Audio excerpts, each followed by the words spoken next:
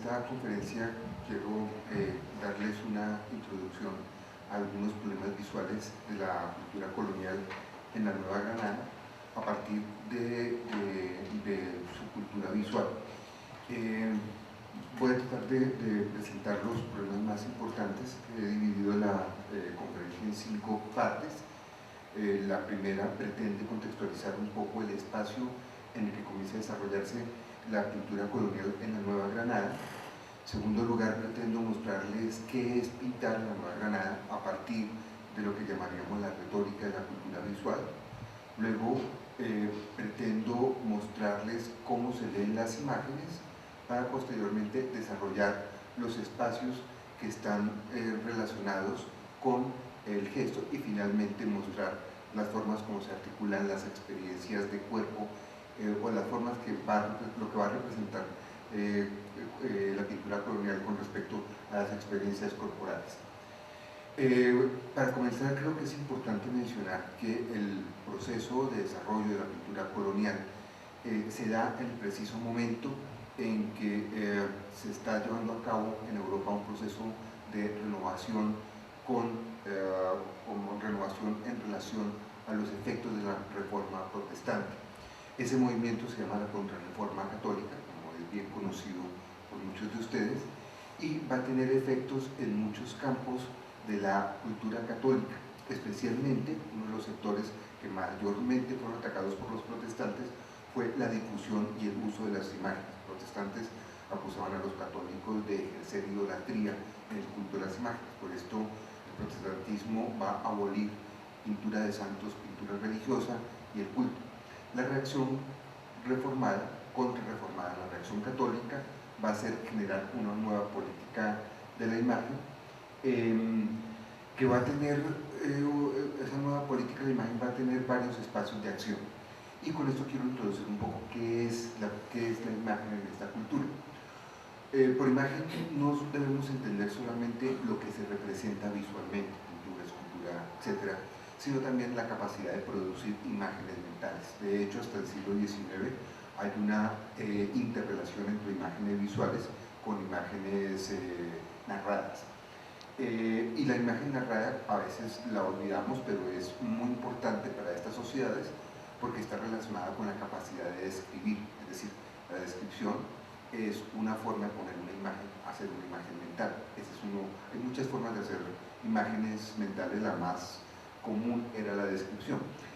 ¿Dónde se encuentran las imágenes narradas? Se encuentran en el sermón, se encuentran en la poesía, en la literatura, en la mayor parte de las expresiones.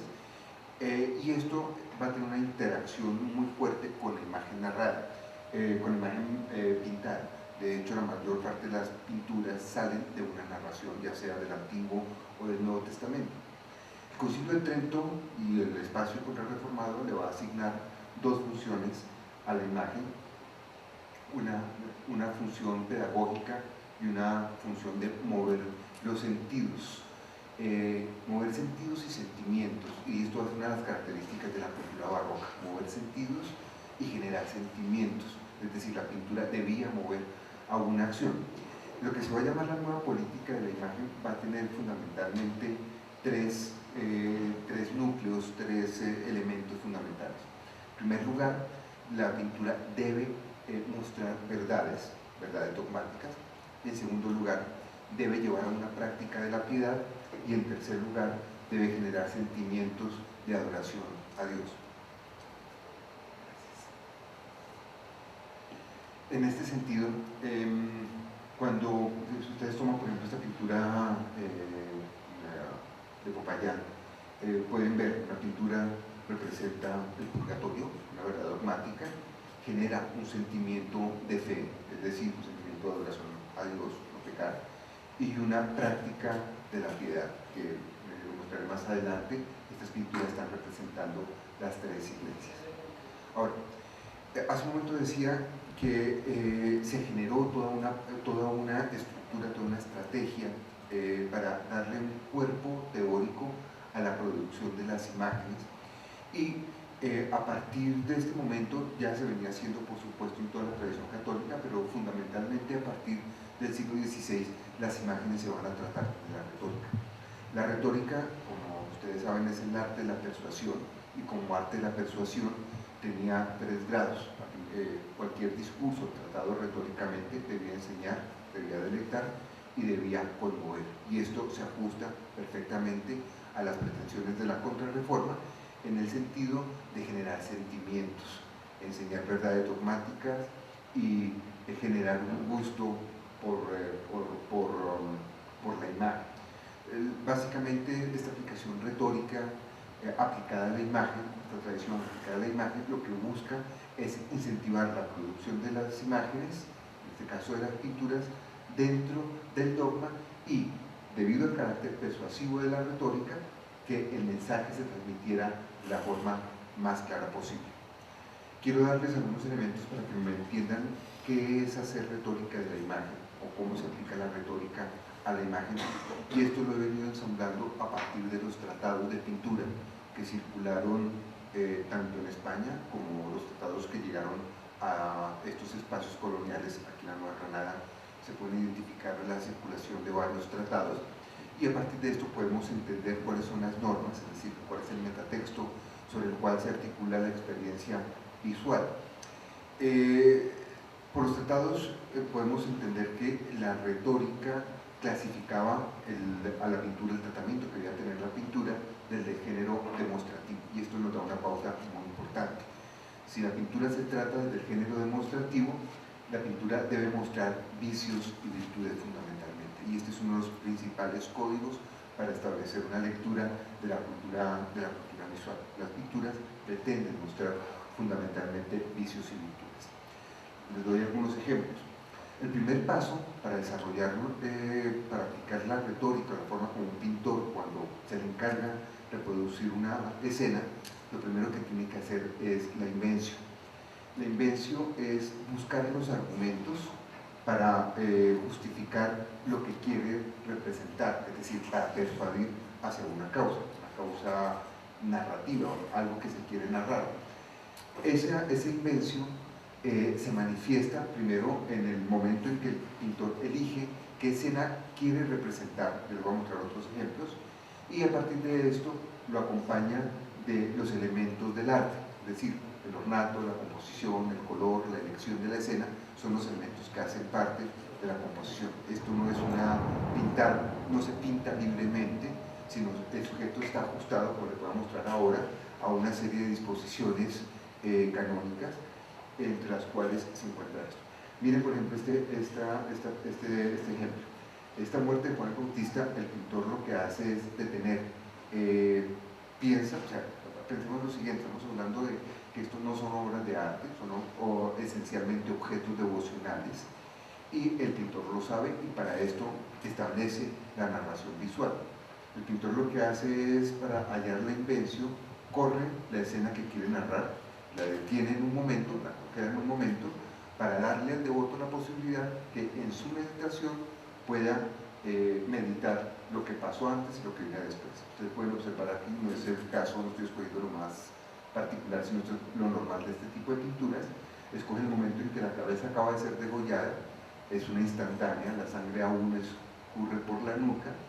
Este es el pathos, con esto se quiere generar una emoción psíquica para que el devoto tome una acción frente a esta pintura. Otro elemento que es importante es que estas pinturas son generalmente una narración historial, es decir, en una sola pintura existen varios elementos narrados. Observen, por ejemplo, la escena central es el verdugo acaba de degollar a Juan el Bautista. En la escena superior le están llevando la cabeza al rey, y en la anterior, en la siguiente imagen, está sacando el cuerpo que se ve por la ventana, es decir, se está narrando una historia, es una narración continuada, no es una sola escena, sino es una narración continuada. Esto se aplica, por ejemplo, a la mayor parte de pinturas. Tomo un caso, a un Gregorio Vázquez le pueden encargar pintar una Santa Catalina de Alejandría.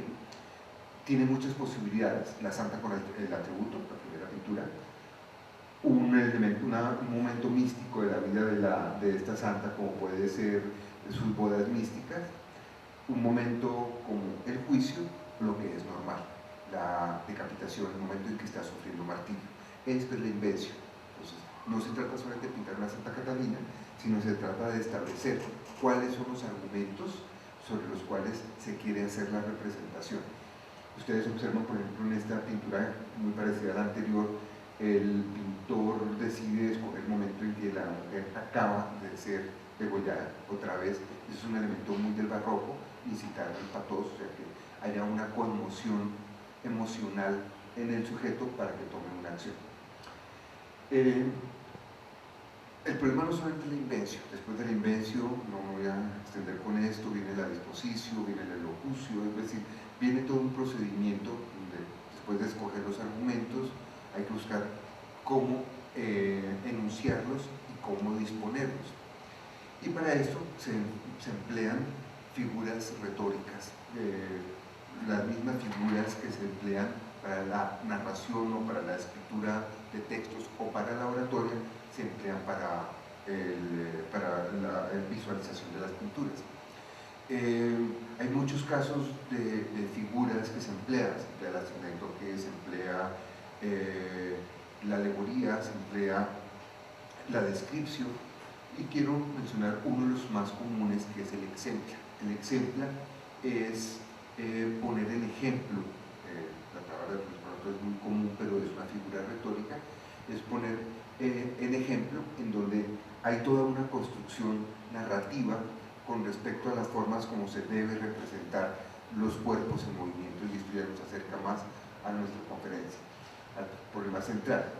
Observen, por ejemplo, estoy tomando un texto de Vicente Carducho, uno de los tratadistas que circulan en el Nuevo Reino de Granada, y él dice cómo se debe pintar al hombre de malas costumbres. Ustedes lo ven, por ejemplo, en el texto, corresponde con la fisonomía del verdugo. Y no es el único caso. La mayor parte de los rostros que aparecen en la pintura, en ese momento les decía, estas pinturas se establecen a partir de un elemento, narrar vicios y virtudes. Cada virtud, cada vicio tiene una forma de disponer el rostro, una forma de hacer las cejas, una forma de poner los ojos, la boca. Observen, por ejemplo, la descripción del hombre de malas costumbres, cómo se vincula con una tradición narrativa. Ahora, aquí también es importante mencionar que dentro del conjunto de la invención, los pintores utilizan los grabados. Por eso hace un momento les decía, no es una pintura que se lleve al libre albedrío del pintor bajo su propia iniciativa, sino que para evitar errores, la Iglesia autoriza un conjunto de grabados. Los grabados son estampas, finalmente, claro, las estampas que tenía la gente en sus casas, y estas estampas se utilizan para hacer las narraciones visuales, para pintar. Observen, por ejemplo, este grabado muy común, muy conocido, circuló mucho en nuestro espacio colonial. El pintor se basa en el grabado, pero en la invención lo que hace es variar elementos que están más correspondidos con su propia cultura. Observen, por ejemplo, en esta pintura se invierte que a quien toca la mano el niño Jesús. En el grabado europeo el niño tiene tomada la mano de la Virgen, en este caso de San José.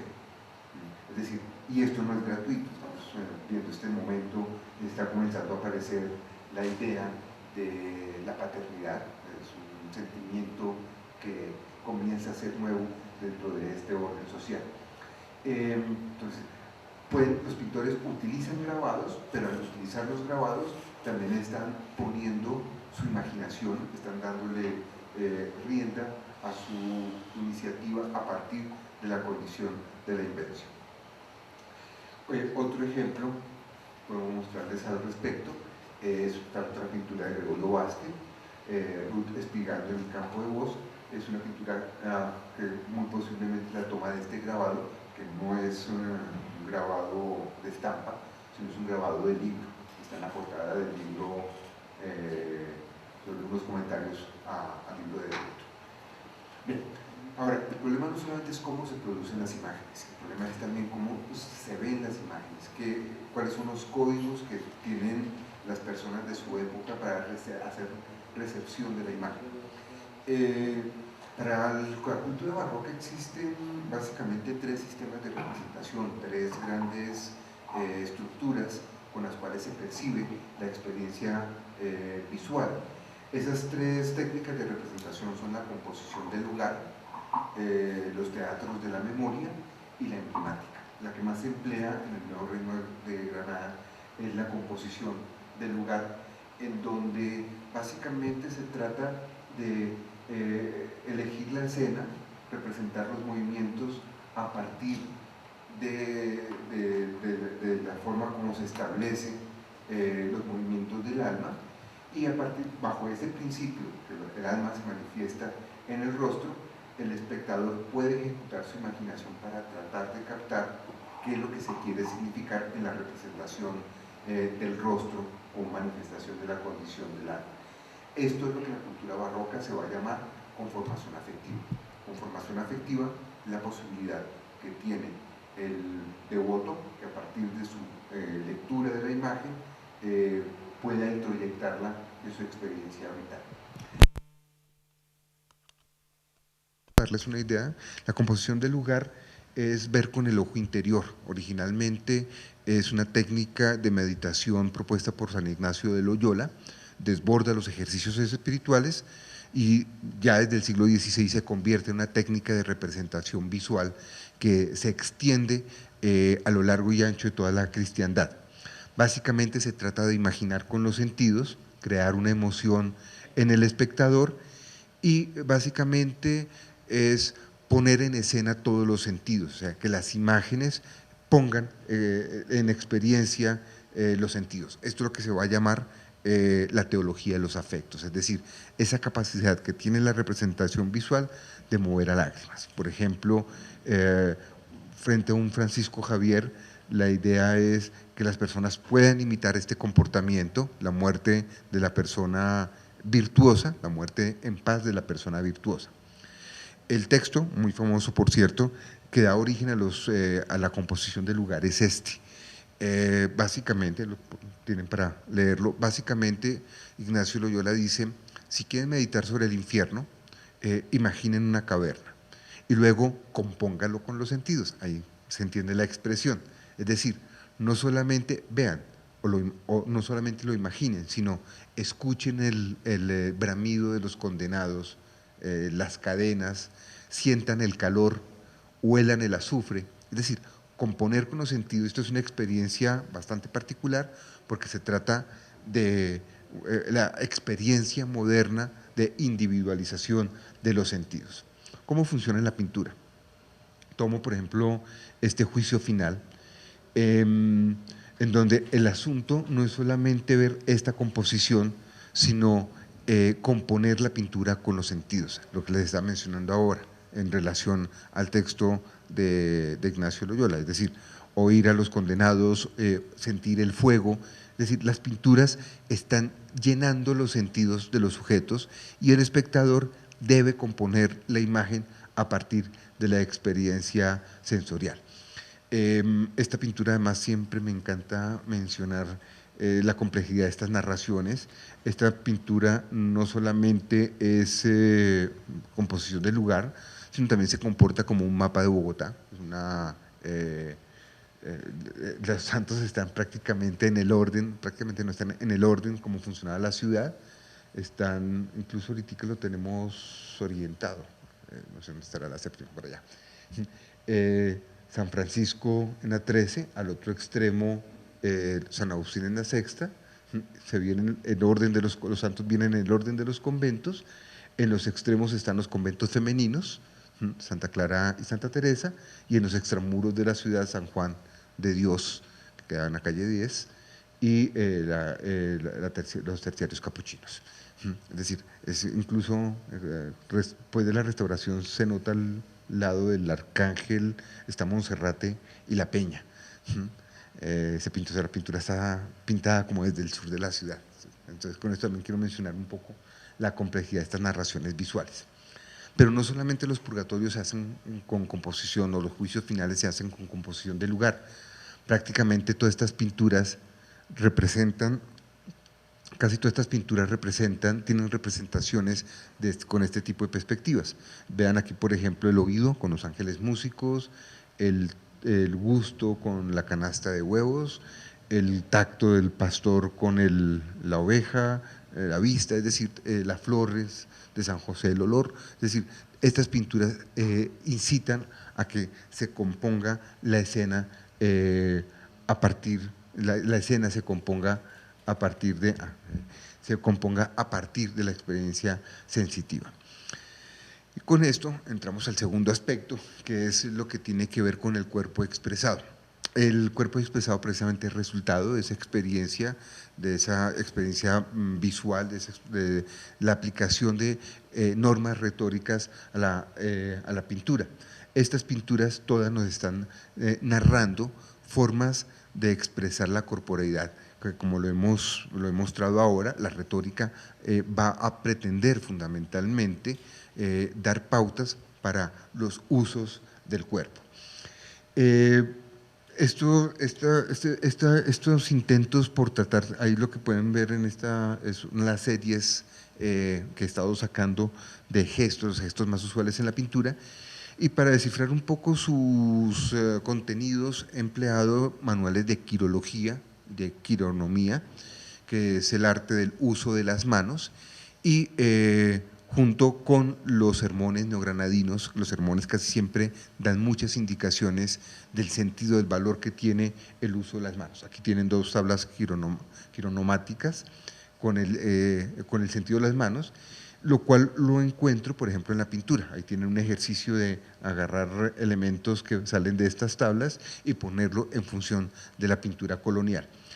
¿Esto qué quiere decir? Esto quiere decir que al aplicar la retórica a esa cultura visual, prácticamente las pinturas se nos convierten en diálogos mudos que pueden ser interpretados por composición del lugar, por cualquier persona de su época. Es decir, la gente del siglo XVII y XVIII está entrenada para leer los gestos, como entre nuestra propia cultura hay un montón de gestos que sin que los hayamos aprendido en ninguna parte, todos conocemos su significado.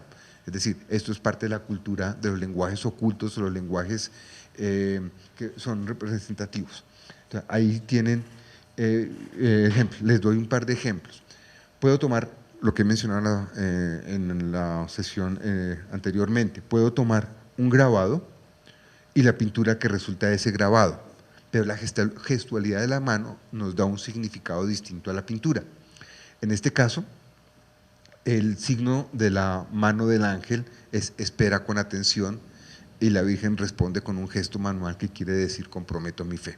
Es decir, hay un diálogo a partir del mismo grabado que es distinto a esta otra pintura donde el ángel le dice Dios te protege y ella responde, no alcanzo a leer, responde con sorpresa. O sea, son dos mensajes distintos a partir de un mismo grabado. Esta es, digamos, la complejidad narrativa que tiene la pintura colonial. Y esto ocurre con otro tipo de pinturas, casi todas las pinturas. Observen, simplemente aquí quiero dar un ejemplo de la complejidad, el diálogo tan complejo que tiene esta pintura, que de hecho es una pintura que hay que leerla en espejo. La mitad derecha de la pintura está puesta al revés, los letreritos están al revés.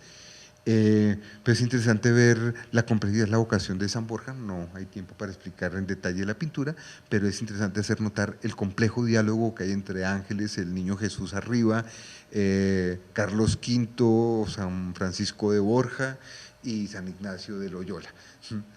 Es casi un diálogo bastante complejo lo que tienen estas pinturas. Ahí está la lectura en espejo que mencionaba hace un momento.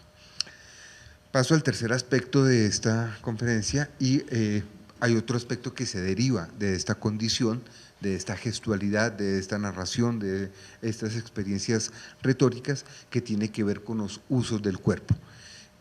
Con los usos del cuerpo también en relación a los significados que tiene vestir o desvestir el cuerpo.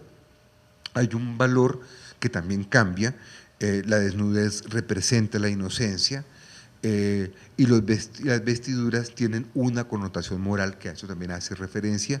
Las expresiones barrocas y digamos, el uso de la retórica para ejercer la narración.